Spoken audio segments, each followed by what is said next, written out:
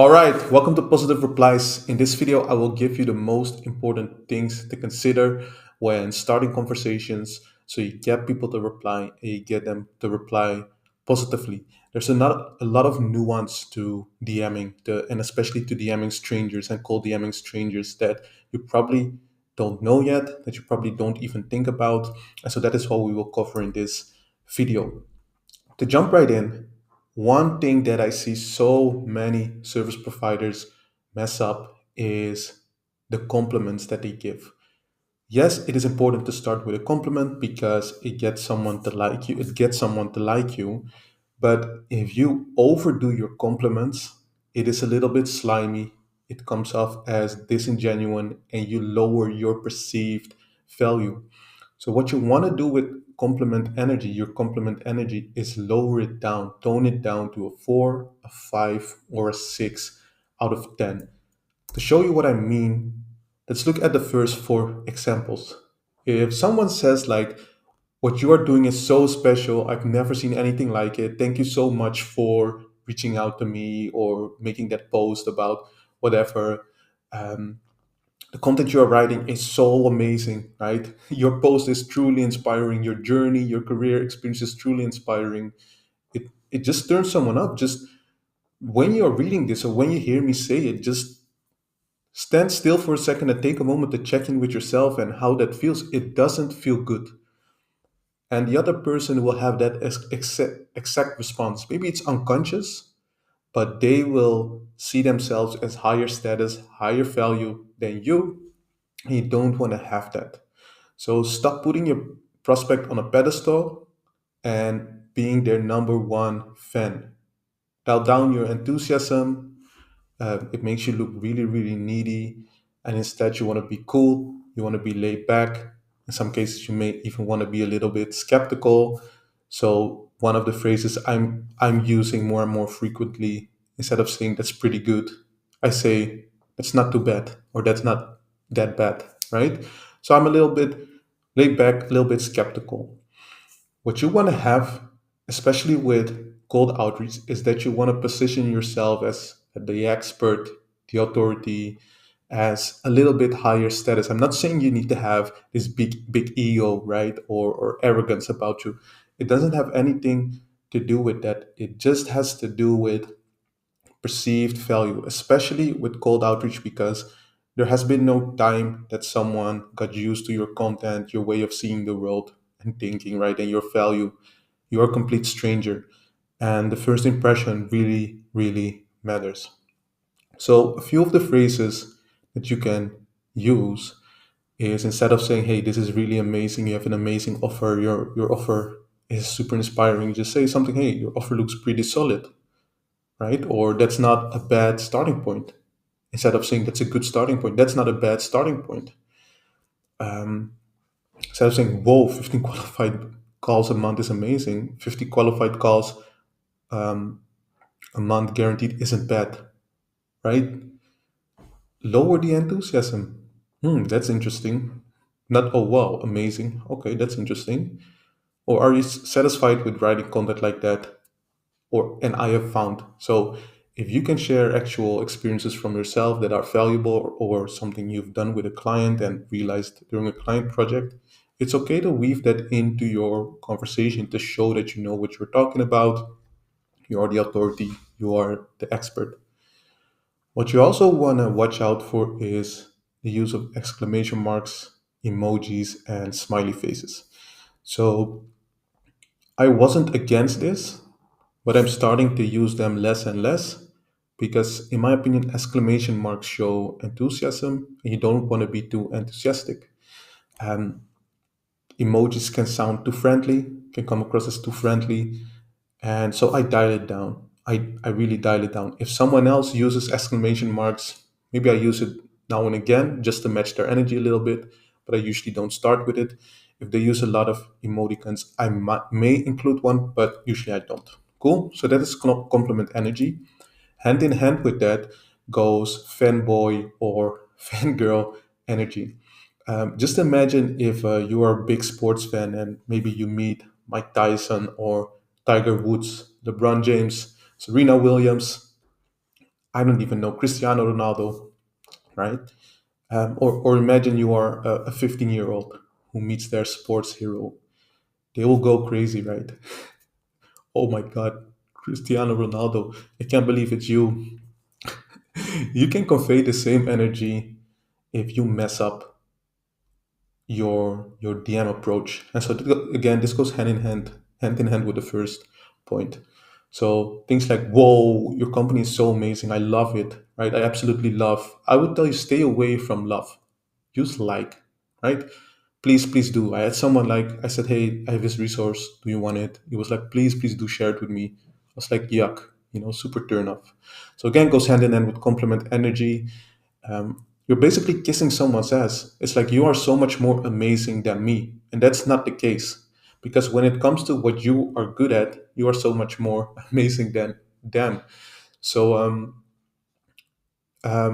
yes, you need to compliment again your prospect, but you don't want to overdo it. Keep the whole energy of your excitement, your enthusiasm to a 4, 5, or 6 out of 10. No exclamation marks, no words like love, impressed, inspired, admired. So I love, no. I'm impressed by, no. I'm inspired by, no. I truly admire.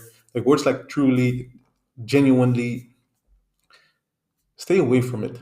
It's so super sleazy. It comes across wrong, even if even if you have the right intentions with it. Stay away from it. Stay away from it. Don't use it. Don't be too much of a fanboy, fangirl. Don't be too enthusiastic. Don't be too sleazy and slimy. Next is the pitch. What you definitely don't want to do in cold outreach is lead with a pitch. And I know you have something that is great, something that is valuable. You are really good at what you do. But the other person doesn't know that yet. And if you pitch from the get go, you are being labeled exactly the same as everyone that's getting ignored as a pitch slapper, a sleazy, slimy salesperson. You don't want to have that. Yes, you can weave in your offer, your value proposition in your initial message, in your connection request, or in the opener. But don't make an offer. Don't ask someone if they want it, or don't make a promise. That's absolutely what you not want to do. And the image that I use here is deal or no deal, right? That is not what you want to do. Let me move the mic a little bit closer. That's not what you want to do in your first message. There's no deal or no deal situation. You really want to get the conversation started and get the positive reply. So take the pitch out of your intention. Next, asking for someone's time. First off, you should respect your own time so much so that you shouldn't even want to get with someone on a call that you haven't pre-qualified, that you don't even know what's going on in their world, you don't know what it is that they want or need. Second thing is you should respect and value the other person's time, that is not what you want to do. So what you are doing if you lead with time is you say, or unconsciously you communicate, my time is not valuable, and I also don't value your time. And that is why I ask for it from the get go. That's why, how many people ask for money? Like, approach a stranger, hey, can I get $5 or $10 or $2 or $1? Like, almost no one does it, right? Because money has value and time has even more value. You can't buy it. I won't even get into it. Don't ask for people's time. That comes at the back of a conversation. Also, if someone asks for your time, and later in the modules I will talk about this as well, say, hey, sure, happy to get on a call, but is it okay if I ask you 2 or 3 questions to make sure we get the best out of our time together? That is how you show I value my time, I value your time. You can also say, hey, sure, we can do that, but just out of respect to your time, can I ask you 2 or 3 questions to make sure we align? Yep, value people's time and your own.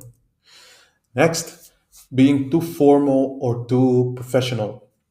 This is something that a lot of people have. They use jargon, for example, the introduction. So the first thing they said is, dear sir, dear Mr., dear Mrs. They end every message with kind regards, sincerely, have a good day, cheers.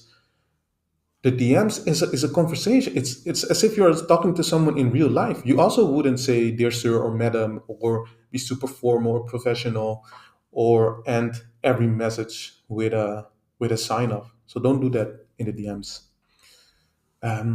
Few examples, all the best, right? Dear Sir, Madam, Mr., Mrs. I'm writing to inquire about. I hope this message finds you well.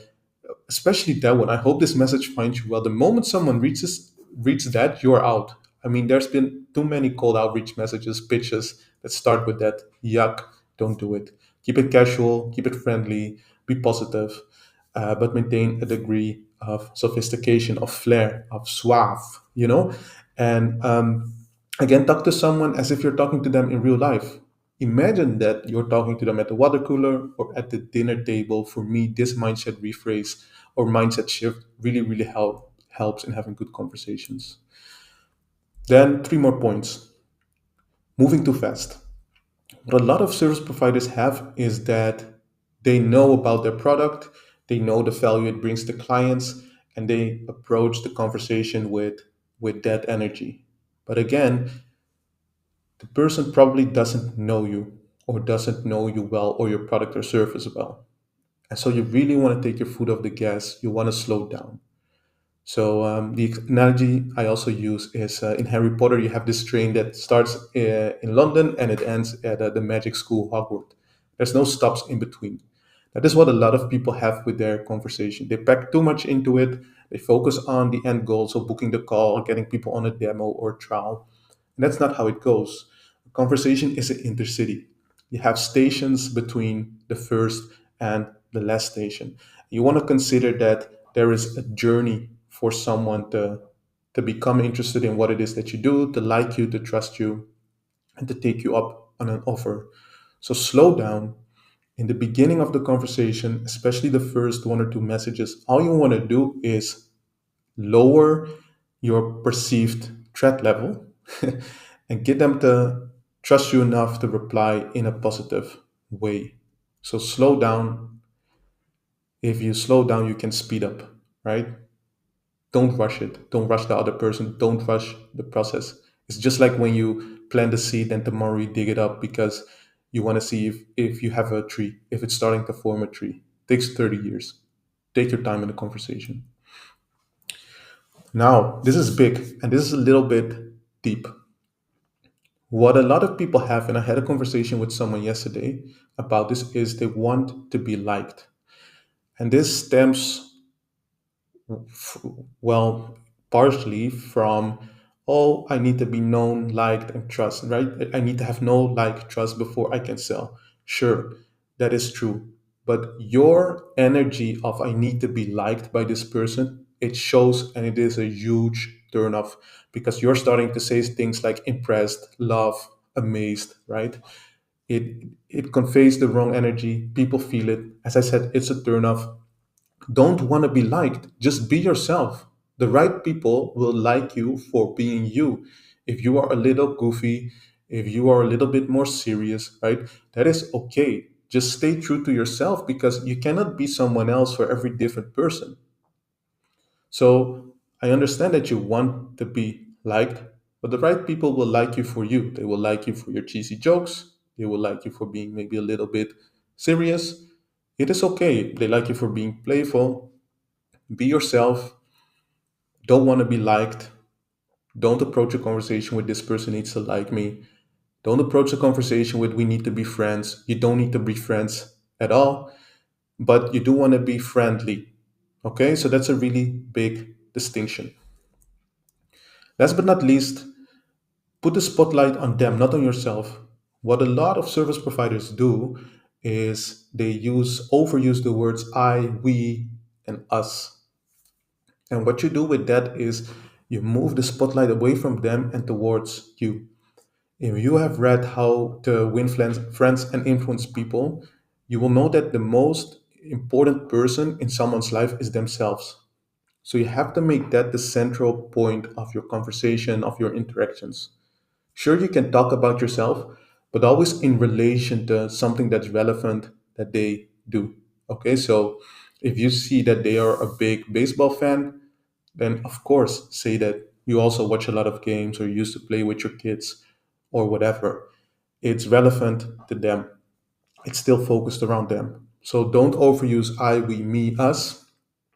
In my opinion, use it once in every message.